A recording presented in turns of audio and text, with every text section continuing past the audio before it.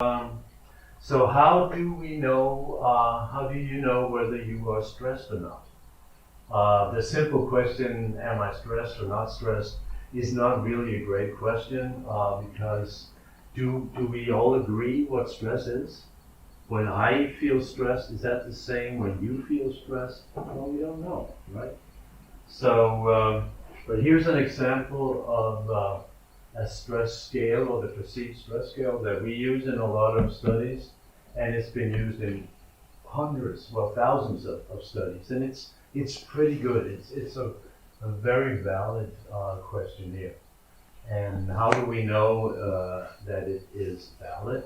Well, one example could be studies where people have been recruited, they've been placed in a motel or a hotel for a number of days. Then they complete this questionnaire. Then they are tested for a certain whether they have antibodies towards a common cold. And then if they do have the antibodies, then they're excluded from the study. Those who do not have antibodies are then they're infected experimentally with a common cold. So everybody gets exactly the same sort of amount of virus up their nose. And then people are staying at this motel under similar conditions. And then they see who develops a cold and how severe symptoms, etc.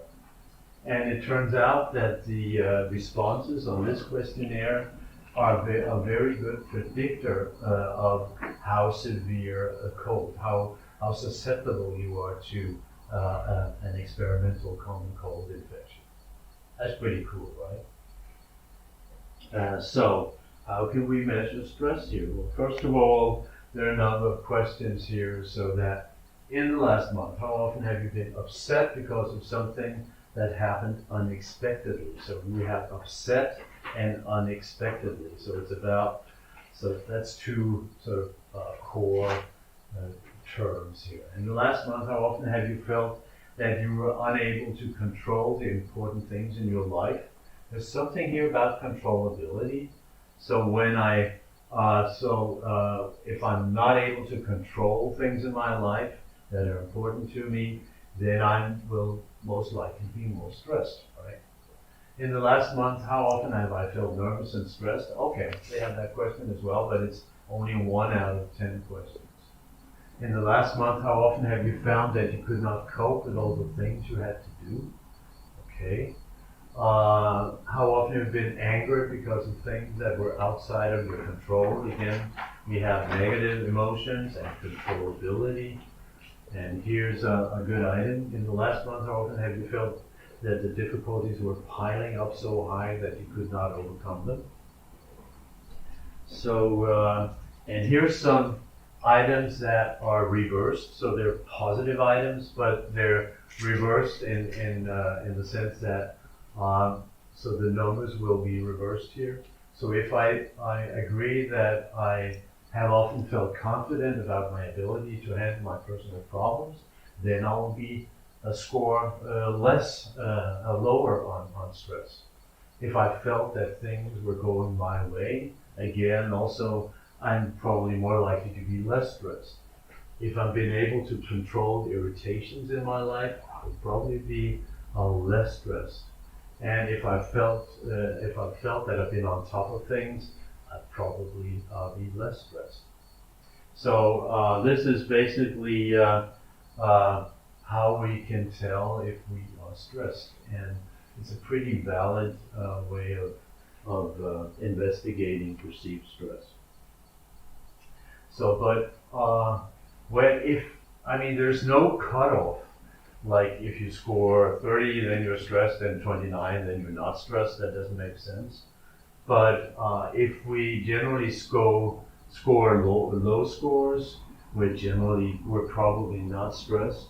But if we score high scores, then we're probably more likely to be stressed. So that's the way to address this. Okay, so what leads to stress? Well, first of all, in order to be stressed, stress is not a diagnosis, it's not a disease, it's a process. And in order to be stressed, there have to be some potentially demanding work and life circumstances. If you're not doing anything, if you just, there's no pressure, then you're probably not stressed. But our life circumstances, it's not enough that there's pressure, for instance, exams or whatever. It also depends on our appraisal. So what are our perceptions of these life circumstances? And here there's a lot of variabilities. Some people will probably experience exams as exciting. Any of you experience exams as exciting? Some will find them, really pleasant, and others will find them very stressful. So people appraise and interpret these various life circumstances differently. Okay, and we differ with respect to the inner resources that we feel we have to deal with these stressors, and the external resources we have, like friends and practical support and so forth. And that means that will result either in stress or high levels of stress or low levels of stress. It's not a dichotomous outcome, of course. But if we do feel stress, then also we are very different in our coping abilities, our coping skills. And so our cognitive, emotional, and behavioral reactions to stress will differ. And that will have an influence on both our biological reactions, our hormone system, our immune system, etc. But also it will have effects on our health behaviors in various ways. And I'll talk a little bit more about that in a moment. And this will have an influence on this will determine to which degree our stressful life circumstances will result in either mental health outcomes or physical health outcomes. And of course, there are a lot of variability. There's some genetic variabilities or genetic differences. Some people will have certain genetic variants that are associated with more arousability. Some people are genetically more that have a disposition towards being ruminators, nervous, negative affectivity. They will be more vulnerable in terms of stress, etc., etc. So, of course, there are a lot of sort of background factors that play a role too. But just looking at appraisal, so when we appraise our life circumstances, there are a lot of factors that will determine the outcome, whether we are stressed or not. Do we interpret this this life circumstance, like going to an exam, for instance, as a threat? Do we have, are there negative consequences if we don't get a good grade at the exams, for instance, if we don't pass the exam? Then there's centrality. How important is it to me? So getting good grades is probably more important to some people than others. Some people really want, good grades because it's very important for their whole self, their identity and so forth. Others are more, I don't really give a shit. But, so everything else being equal. And some people will even experience negative life circumstances as challenges. Can I learn from this? If you do that, it will be less threatening. And then there's the whole aspect of controllability. Some life circumstances are uncontrollable. COVID, for instance, is uncontrollable, right?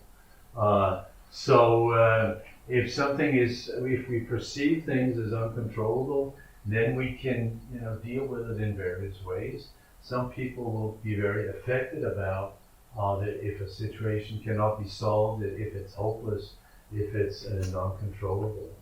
But other factors will be controllable in terms of that we have external resources, we have friends we can get support from, etc.